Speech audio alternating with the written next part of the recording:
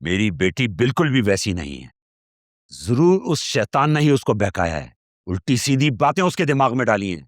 ये सब कुछ मैंने इसलिए नहीं बनाया कि वो अकेला ही सबको हड़प जाए। जितना मैंने देना था वो दे चुका हूं, अब एक पैसा नहीं दूंगा आज के बाद उसे। और आलिया को भी समझा दो, उसे आयरा की फीस देने की कोई जरूरत नहीं है। अगर उनकी औकात नहीं है ना तो भेजें किसी गली मोहल्ले के स्कूल में।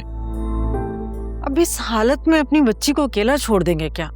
इस हाल में तो वैसे भी औरतों के मूड अजीब से हो जाते हैं। आप असफर की बातों को इतना दिल पर क्यों ले रहे हैं? फिर वही फालतू बातें। सारी औरतें बच्चे पैदा करती हैं, लेकिन इसका मतलब ये नहीं है कि बाप के पास जायदाद में हिस्सा मांगने पहुंच जाएं।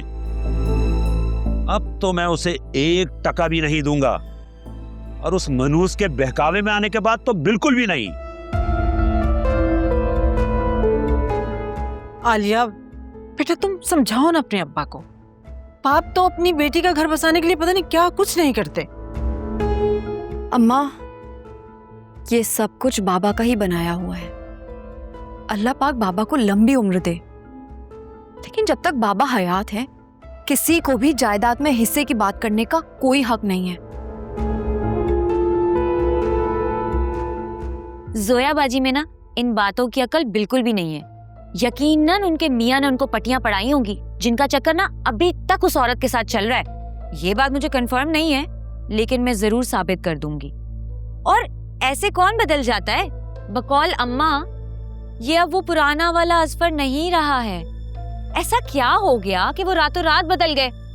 जरूर ये उनका ना ड्रामा है। मीठी छुरी बनकर हमसे पैसे ले लेते हैं और फिर बाद में हमें ही आंखें दिखाते हैं। झूठे कहीं के। देखो, तुम्हारे बच्चों को भी समझ आ रहा है, लेकिन एक सिर्फ तुम ही हो जिसके आंखों पे पट्टियां बंधी हुई हैं। मुझे कुछ नहीं पता। आप जोया को फ्लैट या पोर्शन दिलाएं। हमारे मरने के बाद भी तो उसको जायदाद से हिस्सा मिलेगा ना, जिंदगी में क्यों नहीं? क्यों बेटी को तरसा रहे हैं? क्या हम सारी जिंदगी यूं ही असफर भाई के हाथों ब्लैकमेल होते रहेंगे? क्या जरूरी है कि वरासत मरने के बाद ही तकसीम हो? अगर जिंदगी में औलाद का भला हो सकता है तो इसमें हर्ज ही क्या है? और परेशानी किस बात की है? प्रॉपर्टी तो हमारी बेटी के नाम ही होगी ना। क्यों परेशान हो रहे हैं आप सब? प्रॉपर्टी जोया के नाम पे हो या किसी के भी नाम पर, वो हथियाने में देर नहीं लगाएगा। पता नहीं कैसे समझाऊंगा मैं तुम्हें। समझाओ अपनी माँ को।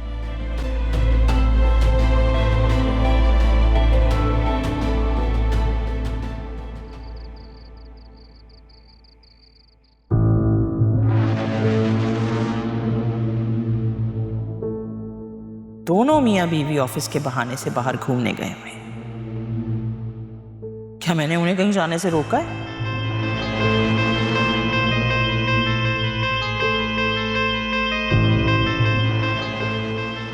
ये लड़की भी ना बहुत पर निकालने लगी है। जब देखो गाड़ी की चाबी उठाई और हील पहनकर टक टक टक करती है जब हो जाए। आज ये घर आ जाए, कल से रात के खाने की जिम्मेदारी इस पर डालूंगी।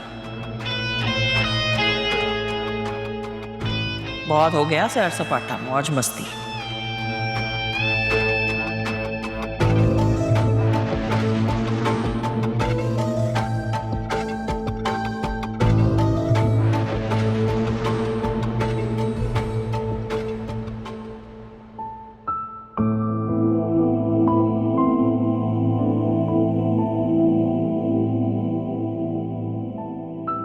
उसकी तबीयत कैसी है? तबीयत उनकी बिल्कुल ठीक नहीं है। पहले ब्लड प्रेशर लो रहता था, अब हाई है। बाबा प्लीज, मैं हॉस्पिटल चली जाऊंगी, पीछे से लड़ाई नहीं करनी।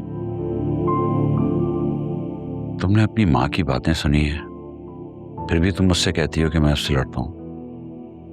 अभी मेरे लिए सबसे इम्पोर्टेंट उनकी तबीयत है। उन्हें आराम करने दें। बल्कि मैं ना ऐसा करती हूँ, आपका भी ब्लड प्रेशर चेक करती हूँ।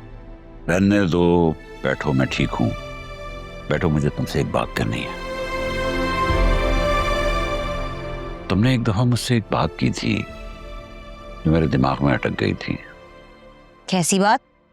तुमने मुझसे कहा था कि तुम असफर और उस औरत के बारे में पता लगा कर रहोगी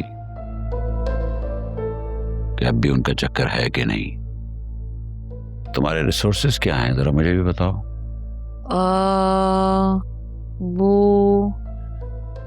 पहले आप मुझे प्रॉमिस करें कि नाराज नहीं होंगे। नहीं होऊंगा। वो आपको याद है जब मैंने असफर भाई को पार्क में पकड़ा था, तब अकरम मुझे वहां लेके गया था, उसने मेरी हेल्प की थी। आलिया ये सब जानती है?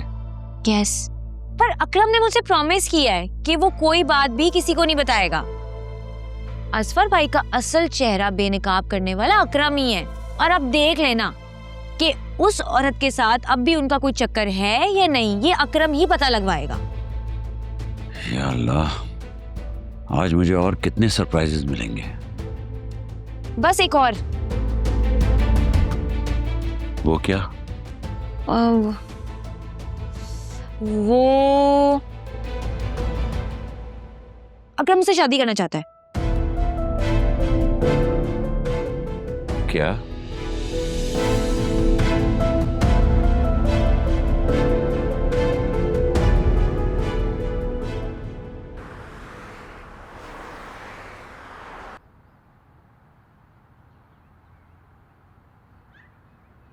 ये है लोकेशन सुल्तान भाई।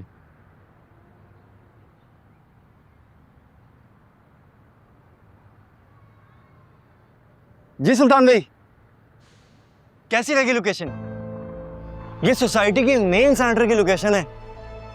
आसपास में सारे मेन एरियाज हैं और कम से कम 5 किलोमीटर के रेडियस में ना कोई स्पोर्ट्स कॉम्प्लेक्स नहीं है। सुल्तान भाई मैं आपको बता रहा हूं, जबरदस्त रिस्पांस मिलेगा हमें। वाह शहजादे, तूने तो कमाल ही कर दिया। बेहतरीन लोकेशन निकाली है। अरे भाई, मैं तो कहता हूँ कि ये काम छोड़, मेरे साथ रियल एस्टेट के बिजनेस में आ जाओ, खूब पैसा कमाओगे। भाई सुल्तान भाई, स्पोर्ट्स मेरा शौक नहीं, जुनून है। आप देखिएगा 5 सालों में ऐसी 5 ब्रांचेस खड़ी कर दूंगा इंशाल्लाह। इंशाल्लाह, दैट्स वेरी इंप्रेसिव। तो अगर आपको जगह समझ में आ गई, हर चीज डन हो गई, तो फिर लीगल डॉक्यूमेंटेशन स्टार्ट करते हैं। ना, ये लीगल डॉक्यूमेंटेशन और पेपर वर्क मेरा मैनेजर देख लेगा। तुम किसी आर्किटेक्ट से मीटिंग करो और कंस्ट्रक्शन वर्क शुरू करवाओ। मैं चाह रहा हूँ हमारा पैडल कोर्ट जल्द से जल्द स्टार्ट हो। चल आजा, तुझे अच्छी सी कॉफी पिलाता हूँ।